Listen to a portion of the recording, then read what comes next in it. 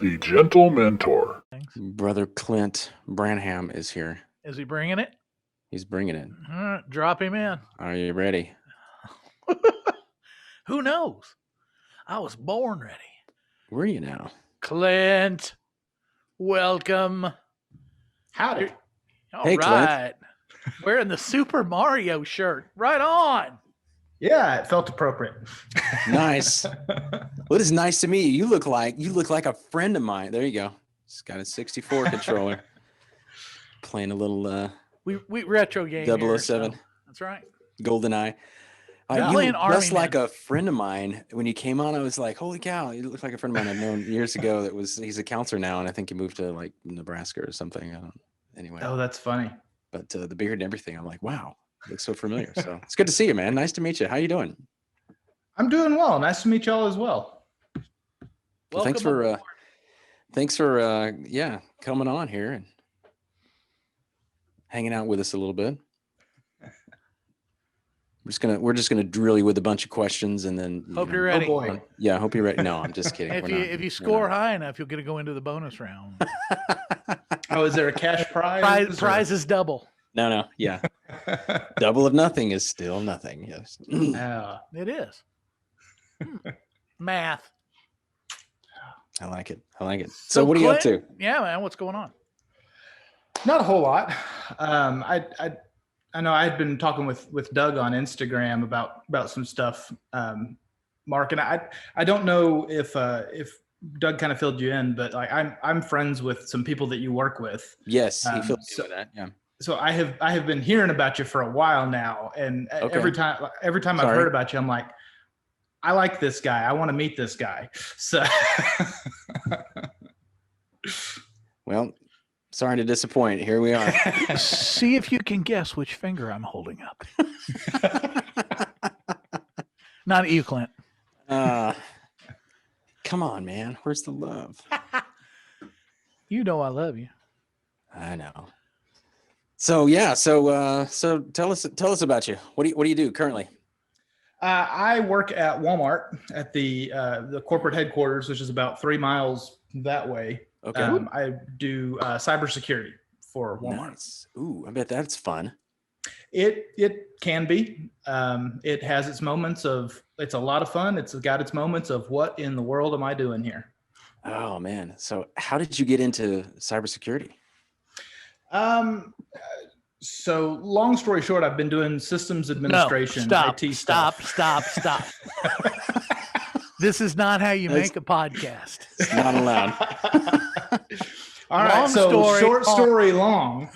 I started in IT in 2004, working at a local mega church. And so it's down the road, it's the First Baptist Church of Springdale. It's now called Cross Church. Okay. And I started there. I was 16 years old and started learning, how to do IT stuff. And we had about 60 users thereabouts. So it's much larger than your average church, but nowhere near on any kind of large company scale. I did that for 6 years, and then because it was such a small environment, I kind of got to a free hand to learn things and break things and do things wrong and correctly. And so I did that for about 6 years. I took a couple of months off to help a friend with a U.S. Senate campaign. So I did that for a bit. We lost the primary election. I got a job as a Walmart tech support vendor, selling tech support to Walmart, and did that for 5 years. And at the end of that 5 years, I got a job at Walmart in the cybersecurity department. So I made the jump from systems administration to cybersecurity, because at the time they needed people who understood like the endpoint, the computer, Windows, that kind of thing. So I've been doing that for 6 years now. Nice. So go ahead, Doug. I got more questions that just makes me, my mind is going on all kinds of things. Oh yeah, you guys are talking about IT. I'm like, I just want to know about the kind of Should I reboot yet? Yeah. Control. That's always the answer. Reboot. We'll be waiting here when you get back. No, I was gonna ask, like, I want to hear about like where you grew up and what your life was like growing up, and Sure. if you're a farm kid or a city kid, or what kind of family you had and what kind of things you did. Just like to hear about your roots. Yeah, I'm the oldest of 8 kids. So my parents, we moved to Northwest Arkansas. We kind of bounced around a little bit, settled in Springdale in 1997. And kind of been in Northwest Arkansas ever since. We had been up in central Missouri in the Smithton, Sedalia area before that. Started out I was born in Conway area down in central Arkansas. So I was homeschooled growing up. Like I said, my first job was in a church, kind of really heavily involved in the church ministry there. Just a lot of fun things there. So I don't know if y'all have heard of. So went to church with for a while. We were just talking about them actually. Okay. Moments ago. Is a month younger than I am. We kind of grew up together. Okay. You know, met him about the same time. So when all this stuff came out a couple of weeks ago about all of that stuff, that was really what kind of hit me personally, because it was like I had very similar upbringings, and you know, we had a lot of the same experiences. And I remember like the old quote hit me was just like, "But for the grace of God, there go I." You know, when all of that stuff came out. Mm-hmm. Mm-hmm. But yeah, so I had started out doing IT in the church. I had been a volunteer at the church for years before that, all at the same First Baptist down in Springdale. We had a bus ministry. I helped run the bus ministry. We would go to the kids' house on Saturday before the pickup and drop off all of the schedules for them and all of that kind of fun stuff. Glory.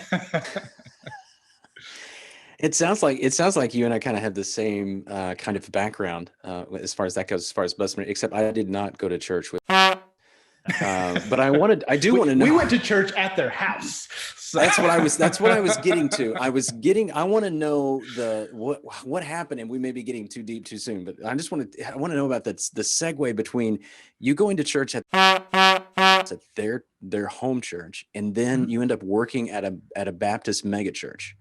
So it was the other way around. I mean, it was the other way around. Oh, it was the other way around. Okay. So my granddad was a missionary Baptist preacher. For 60 something years. I was raised Southern Baptist. We moved to Northwest Arkansas in 97. We started going to the First Baptist Church, which was a large, I think that we had officially like 15,000 people on the membership rolls, just a huge church. Yeah.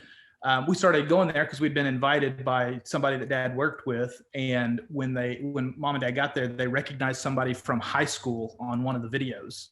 And he was one of the trumpet players there. So that's when we started going to that church. We did that for a while. When I was 18, I was in a Bible study with some guys. I was the oldest one in the Bible study. So it was all like 16 to 18 year olds. And it was a Wednesday night Bible study. And we were doing the church version of rebellion, I think is the best way of putting it.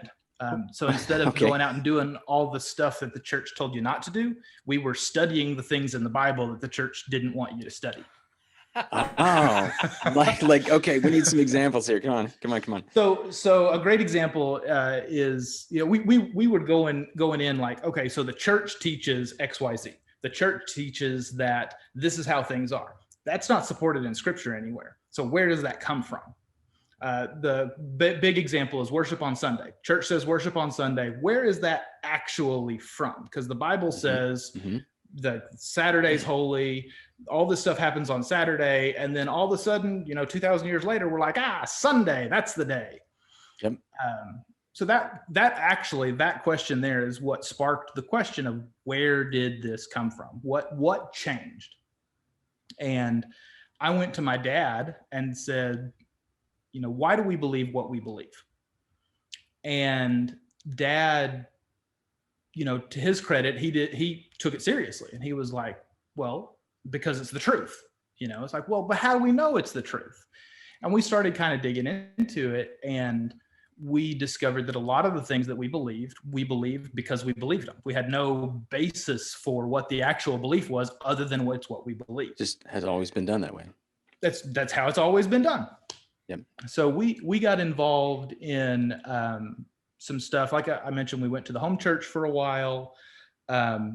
We ended up there was a disagreement with some members of the church, and there was a split there not long after we started going. And we ended up going to a segment of the home church for a while. We met a missionary while we were there. We ended up doing home church with him for a while, and he was more Messianic Judaism flavor of things.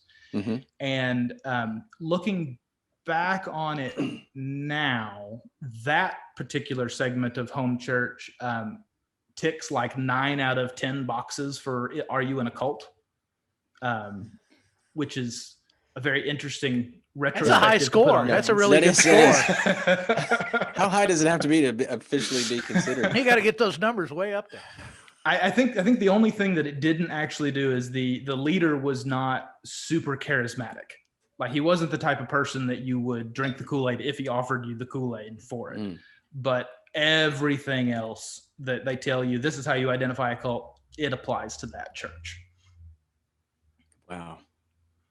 So we did that for a while. Kind of some stuff happened personally between members of the congregation, and it kind of freaked people out. And at that point, I was pretty done with church, because I had been in the thick of it. I'd worked in the ministry. I was in the meetings where they were talking about, we're spending this much money on these decorations. Don't tell people because they'll get mad type stuff. What about that like?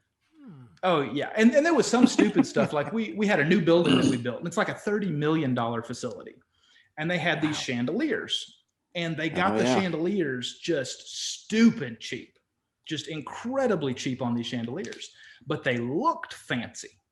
And they got in trouble for purchasing these chandeliers because people thought they spent too much money on them, even though they had gotten them, like, I think they were $500 each or just something crazy cheap for what they had gotten. But it was all about the appearance of, no, we can't seem to be spending that. That sounds churchy. And I mean, don't get me wrong, there was good things about that too. I worked for the IT administrator. He worked directly for the business administrator. And one of the things that the business administrator always tried to do every year was kind of put things in context. So we would have a staff retreat every year where they'd take the senior staff, they'd go off for a week, and they'd talk about stuff. And before he left for the staff retreat, he would always come to me and my boss and say, okay, this is our operating budget for the next year. I want you to come up with the most crazy thing we could spend this money on if we weren't doing all this other stuff with it. And I think my personal favorite that we came up with was there were rumors that the church owned a helicopter, because one of the campuses is right next to a hospital. And so they had saw assumed the helicopter belonged to the church. So we came up with this thing, and we said, okay, we could buy that helicopter that everybody thinks we already own. We could buy this Caribbean island that's so large. We could give every member so many square feet of the island, and we could pay for fuel to fly all of them on that helicopter to that island. And we'd still have like $500,000 left over on the budget. That's just crazy. I was voting roller coaster. I've just always wanted like an old, like one of the big white traditional churches with the big steeple, and then have it like surrounded and inside of a roller coaster that's looping through the building, like water slides do at the big resort hotels now. So we did a lot of stuff with Prestonwood down in Dallas. And the unofficial nickname for Prestonwood down in Dallas is Six Flags Over Jesus. I like that. That's fantastic. I may start going there. Six Flags Over Jesus. I'm assuming that's a large Baptist church in Dallas.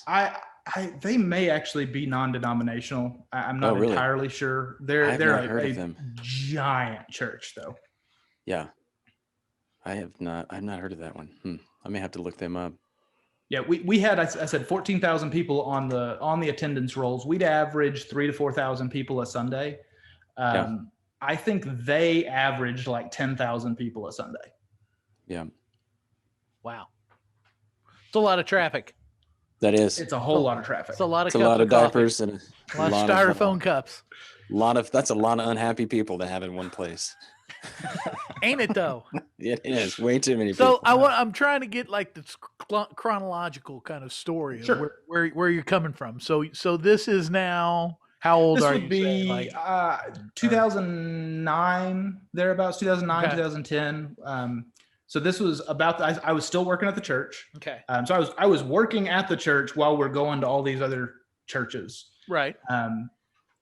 My parents had always been really, really involved in the church. There was a pastor who came up to me probably 6 months before I left. And he said, hey, we know your parents left the church. We're trying to understand why. Do you want to talk about it sometime? I said, you need to talk to my dad. Like, he's got some stuff that he would really like to address with you. I can give you his contact info. Like, there are things that need to be addressed in this congregation. And nothing, just never reached out, nothing like that. Man, I'm like, are you sure, Clint? Are you sure this is your story? This sounds really familiar. I feel like you might have plagiarized some of this. It is, unfortunately, I've learned it's a common story. Oh yeah. Mhm. Yep.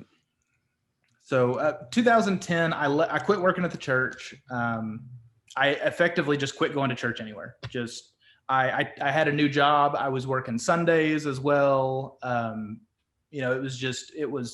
was done at that point. And that's kind of how things stayed up until a couple of years ago, probably 2019. So 2 years ago now, something like that. Mm-hmm.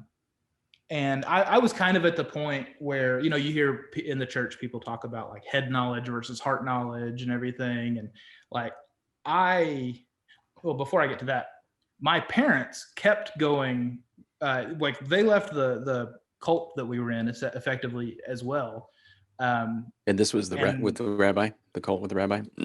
How many cults were you in? Messianic. Messianic. Yeah. Okay. Yeah. He made a big point to say that he was not Messianic, but that's effectively what they were. I still don't fully. My rabbi told me that all Jews are Messianic. It's just that which Messiah they believe in is different. So there's like, okay, well, take it. I'll take that, but no. Anyway, there's a meme that's going around right now. It's from Star Trek Voyager, where it's a lady sitting there and she says, "Are you two friends?" And it's Tuvok and I forget the other guy's name. They're standing there, Harry Kim, and Harry Kim says yes, and Tuvok says no. And one of the funniest ones I've seen is the lady says, "Are you two friends?" And it says Messianic Jews, yes. Non-Messianic Jews, no. I haven't seen that one. I've seen some of them. They were pretty funny, but I haven't seen that one. That's funny.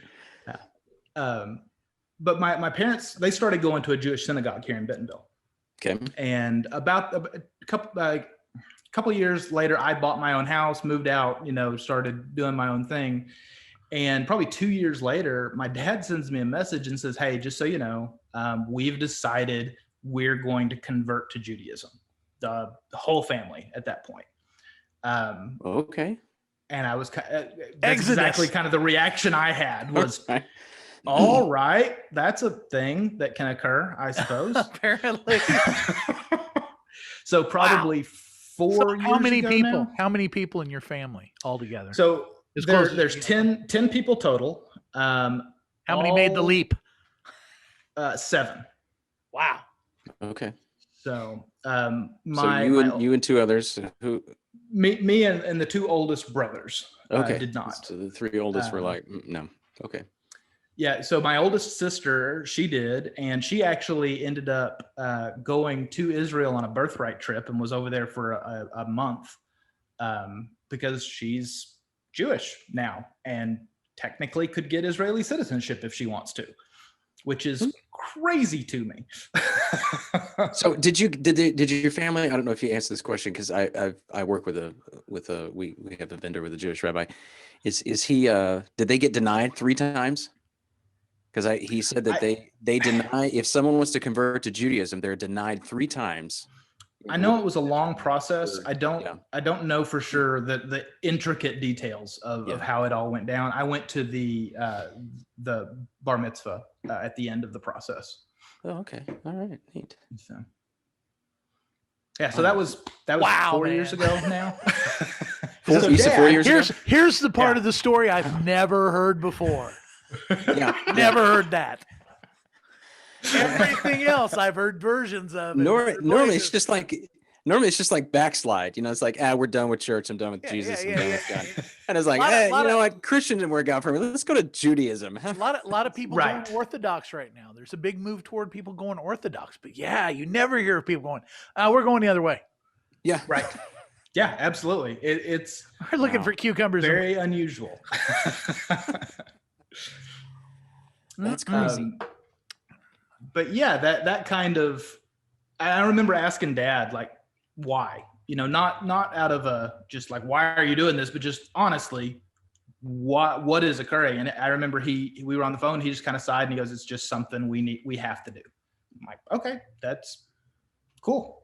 You do you, man. So do you think this Messianic Jewish guy that was over the 9 out of 10 could be a cult was part of that leap that encouraged them to make that leap? Or no? So part of his thing was he big deal about not being Messianic, because everybody who does Messianic Judaism eventually converts to full Judaism. And he was like, we're not going to do that. That's not how we're doing things. I think that almost everybody that was in there that came out of it has now converted, though. Wow. And here's my other question. Because I gotta know: do they speak Yiddish? And if so, do they speak it with an Arkansas accent? Because I gotta hear that. So, I got mud all over my mashwikas. My mother took a year and a half of Hebrew, of Sephardic Hebrew, which is a separate language from Yiddish. But a little bit, like I can passably read some Hebrew, but not very well at all. Wow, I just there's so many questions in my head. I'm just like, what if you?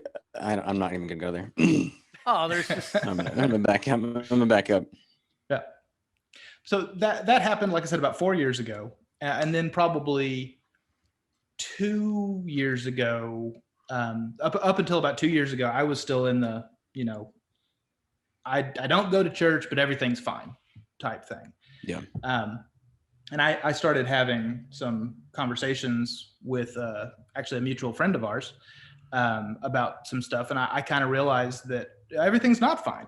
Like, even though I thought this is what I believe, like that's what I believe on an intellectual level, it's not actually a belief that I hold. And like for example, can you be anything specific?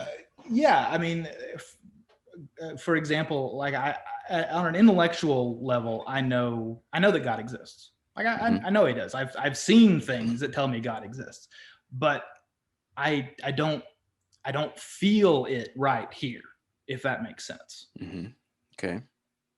And I know that you're supposed to, and I know that I have in the past, but I don't right now. And it's one of those things where I don't know how to fix it. I don't know if it's something I should fix, or I don't know. Can you recall a time in the past that you remember feeling Him right there? Yeah. I mean, when I was young, I did the let's get saved thing twice. First time I was like 6, something like that. Yeah. Only twice? You got to get those numbers up there. Twice up in front of the church, in front of everybody. We had frequent flyers. We had people that went up every week. Yes. we did too at Bus Maybe Church. Maybe this week it'll work. Yes. Oh, bus ministry was the worst. Those kids got saved every week, man. You talking? Yeah. You had the best salvation numbers in bus ministries. My favorite was the kids who we would pass around a 5-gallon bucket for an offering, and we'd have kids making change into the offering bucket. That always cracked me up. That's phenomenal. So anyway, so when you were a kid, you went through the salvation process again. Yeah, about 6-ish, thereabout, something like that. And I remember, I wrote it down. I've got it written somewhere.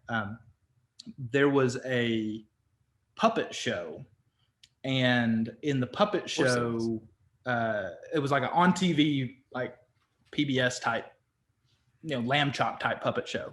Yeah. And as part of the puppet show, they had like a puppet that had like black yarn or something inside it that was all tangled up and messy looking, and they were like, sin makes you messy, see?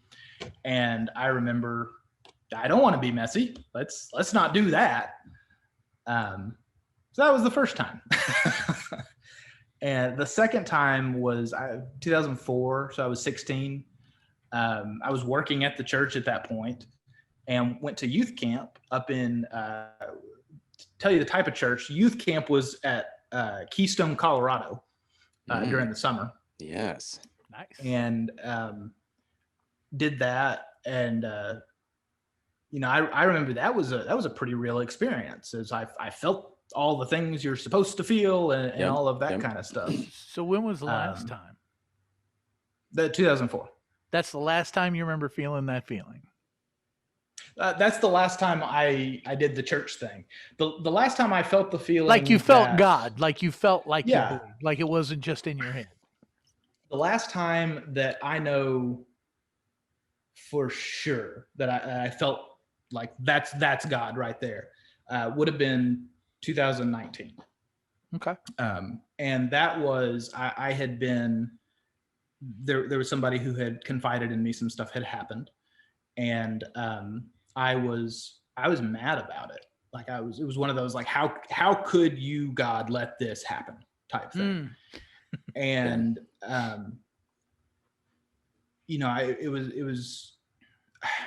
I was very upset about it, and I was on my back porch and just short of yelling. And I felt this very calming feel of like, it's okay to be mad as long as you're mad for the right reasons. And I was like, okay, so I feel much better about that. And I was talking to the person about it afterwards, and I told him, how I was upset that this had happened to him, and I was having trouble dealing with it, even though it hadn't happened to me. They just told me about it. Mm-hmm. And they told me that because they knew kind of all the stuff that was going on. And they told me that if the reason that had happened was because, if the reason that had happened to them specifically was because God was trying to get my attention, that it was 100% worth it. And I remember that evening I was crying about it. I was like, that's not okay. Like, I'm not okay with that level of commitment here.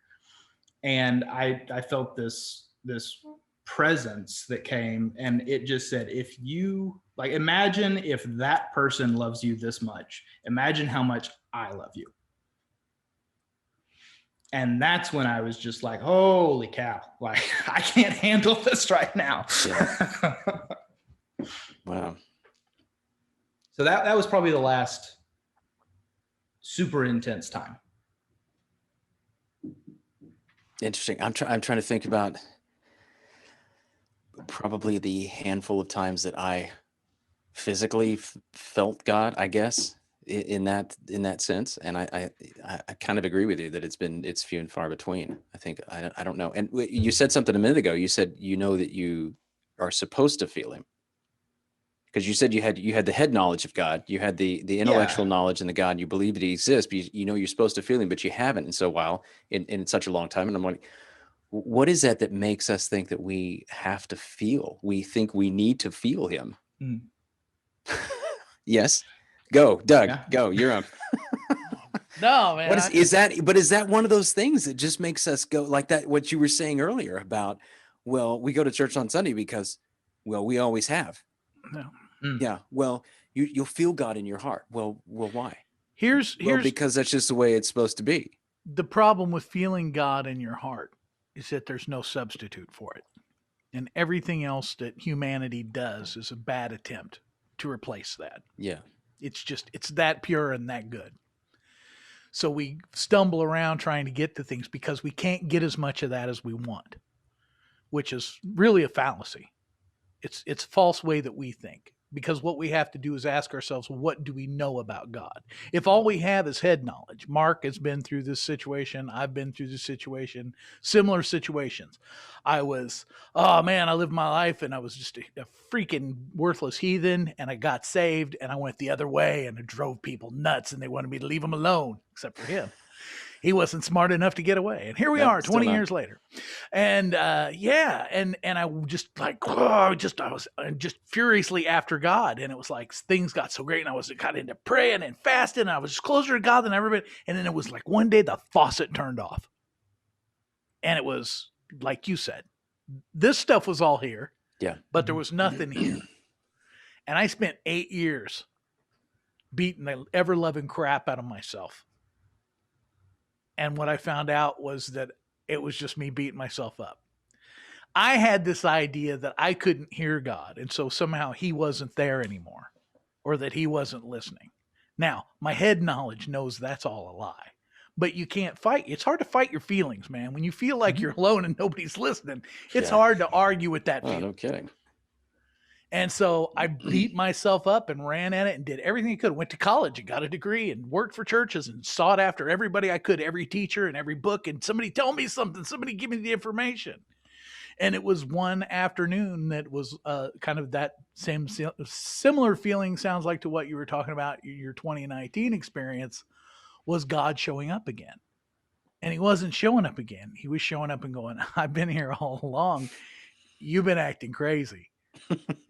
Because I'm God. The Bible's full of things that warn you about trusting your feelings. So why have you decided in this instance you're going to trust your feelings? You know your feelings can't be trusted.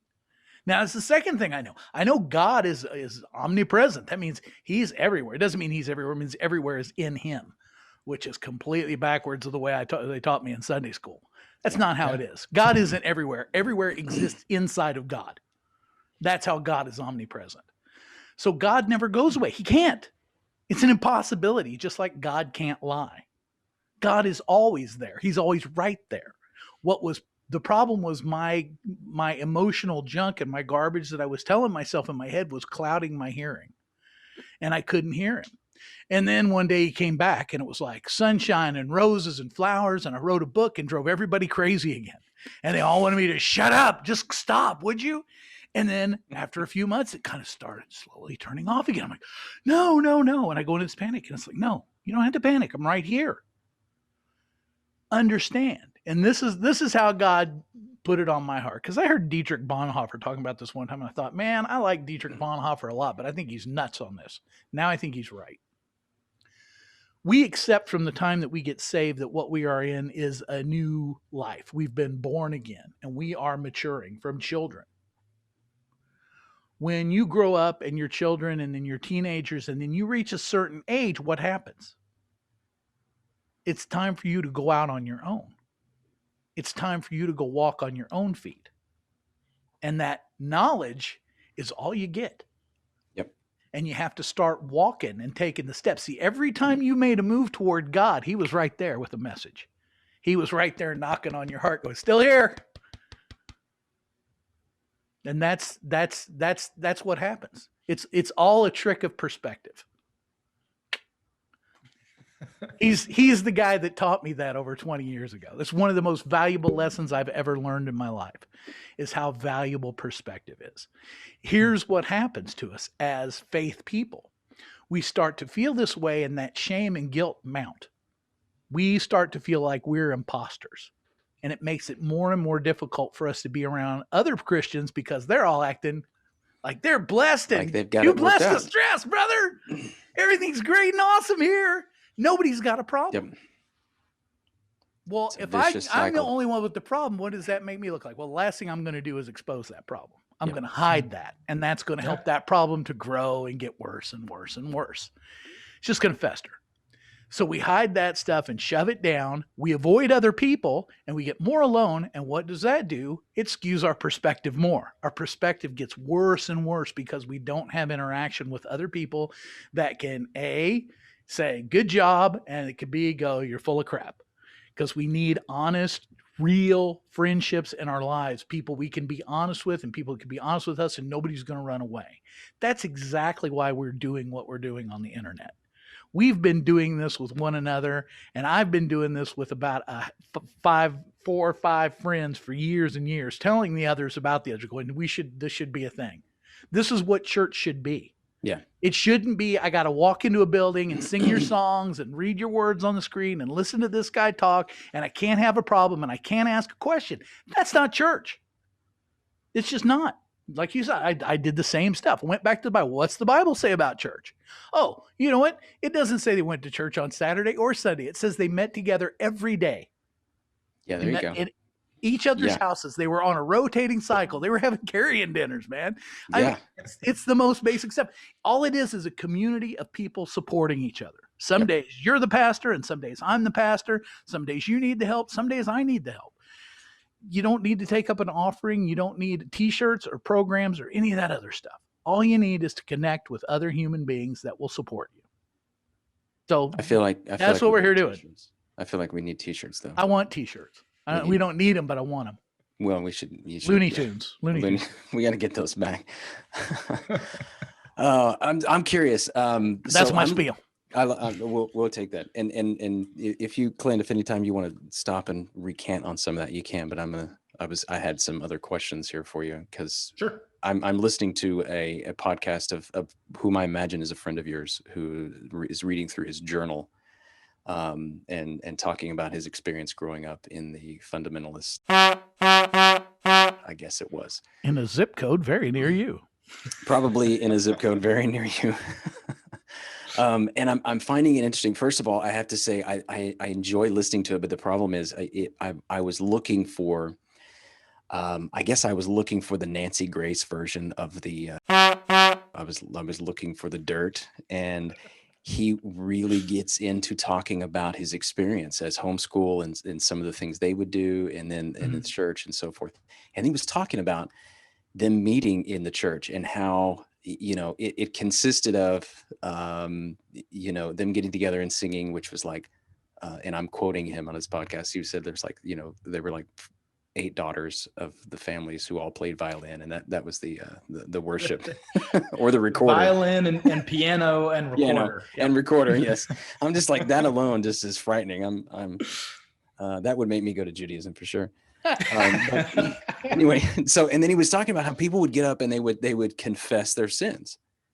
Is that and people and their wives would stand there with them and they would talk about, well, I dealt with this week and I hated on somebody this week and I had these thoughts about this week and what did that do? What? And I'm not, again, I know Scripture talks about confessing your sins, and I'm not sure that it means necessarily on an open, I'm on the stage and confessing all open mic night. Open mic. Yeah. So when we were going to that church, I was still working at the church in Springdale. Okay. And so what would happen a lot of times is I would have to work during the service. And then I would come afterwards. Okay. And so I missed a lot of the actual services that were there. That wouldn't surprise me at all. That sounds like something that would occur. Yeah. It's just very bizarre. But then of course you and I have a mutual friend too, and I've been talking to them and hearing some of their stories too. I'm really what do you want to say? Church sheltered, I think. No, I'm like church sheltered because I'm like listening to all this stuff and I'm like, my goodness, I thought the stuff that when I grew up with and seeing and stuff, and I grew up in a major denomination as well. And it's just like, that's just so bizarre. I can't believe that That's I have visited a lot of different churches over the years. Working at a church, doing mission work and everything. And there was something that came up. Somebody was talking about their church at work a couple of weeks ago, and they were like, "Oh, this is what we did." And I'm like, "I've been to every church that I've ever heard of. I've never heard of that happening." There's all kinds of crazy stuff out there. Yeah. Oh, I know there Word is. up. And Let me say this. We've done some crazy stuff. You brought up the confession thing. This is one of my favorites. Oh, okay. Let's do it. I think it's part of what's led the church down the wrong path, is that we don't have that. We don't have that. But appropriately. What is appropriate? What is appropriate? Stop. Put appropriate away. I'm not interested. I want to. No. I'm going to answer all your concerns. Let me get to it. Okay. All right. Go ahead. First of all, let me say that appropriate is a nonsense word. Appropriate is where someone wants to put a rule, but no rule actually exists, so they want to try to add a rule. That's not appropriate. Okay. Tell me if it's right or wrong, but don't tell me Jesus appropriate. do? Well, the Bible says twice in the New Testament, tells us to confess our sins to one another. And I'm open to whatever form. I don't think it's a little guy in a box thing. Here's what I would like to encourage in an appropriate setting is a forum where people can be open, where people are not hiding their sin. They are opening and addressing it. Yes, there could be touchy things and things could go bad. And I know next to empty offering plates, an unmanned microphone is a pastor's worst fear. Giving somebody in that congregation that microphone and not like having a cord where you can rip it back out of their hands. Terrifying. I've been to a few churches my own self, and I went to a missionary Baptist church for a year. And one of the things that they did at the beginning of service, usually like as a part of the musical part of worship, would be like an open mic thing where people could come and you could bring a prayer request, or you could say, I'm struggling with this, or a praise report, or whatever you need to talk about.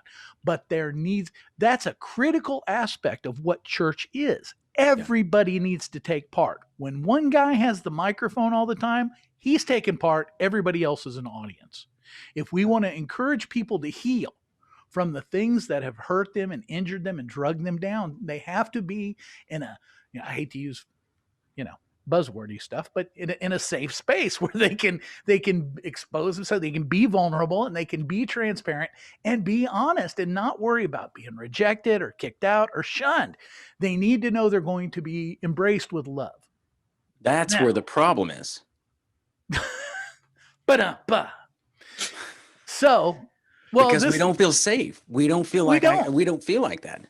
This is kind of goes back to what Clint was talking about the feeling versus the knowledge. When the feeling comes back to me is when my perspective shifts away from me.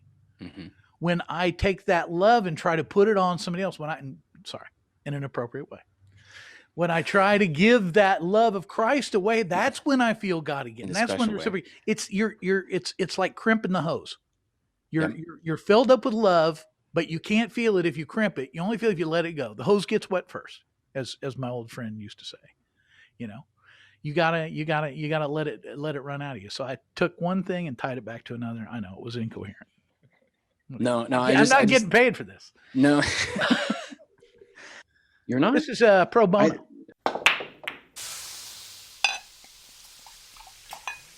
The Gentlementor.